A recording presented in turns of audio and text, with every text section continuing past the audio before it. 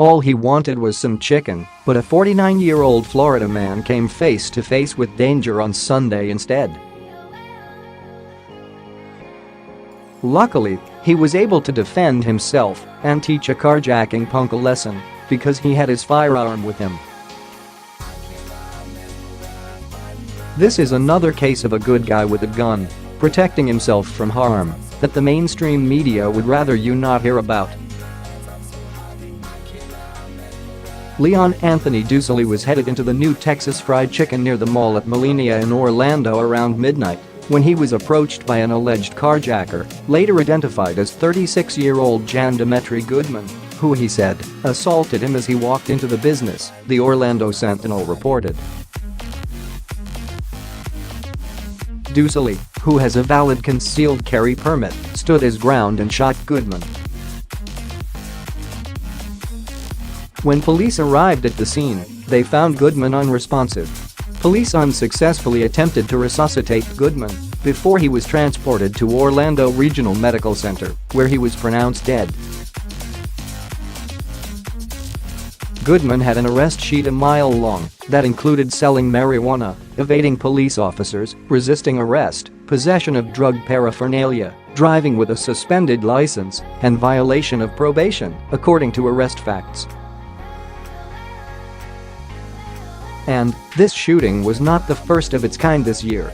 A similar incident occurred in Milwaukee in February when a 21-year-old suspect, identified as Carlos Martin, was shot and killed by his intended victim, a 24-year-old man, near the Milwaukee Machine Tool Corporation. It was a shooting that, police said, should have been something would-be carjackers considered before attempting to rob someone, Fox 6 reported. It's sad. It's unnecessary and it's completely preventable, Alderman Cavalier Johnson said. That young man didn't have to die today. He didn't have to lose his life, but he made a bad decision and he did, he added. You feel threatened like that, and you end up having to take somebody's life. I can't even imagine what type of trauma you end up going through, Alderman Johnson continued. This isn't a game.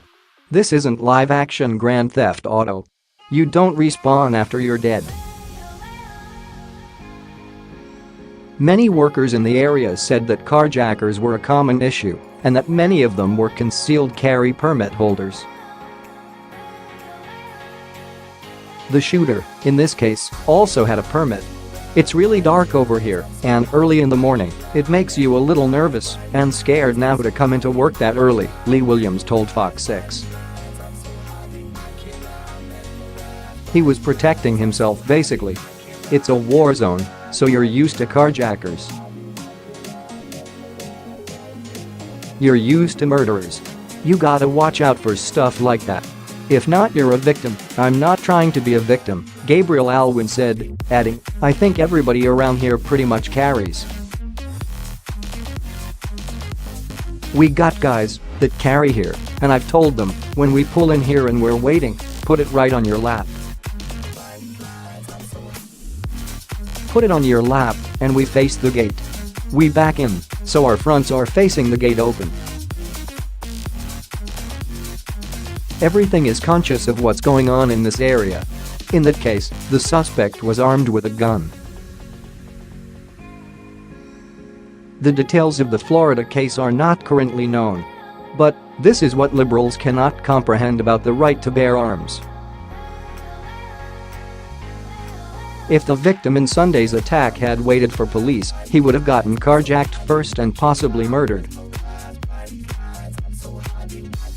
The police cannot be everywhere at the same time, and criminals often stalk their victims.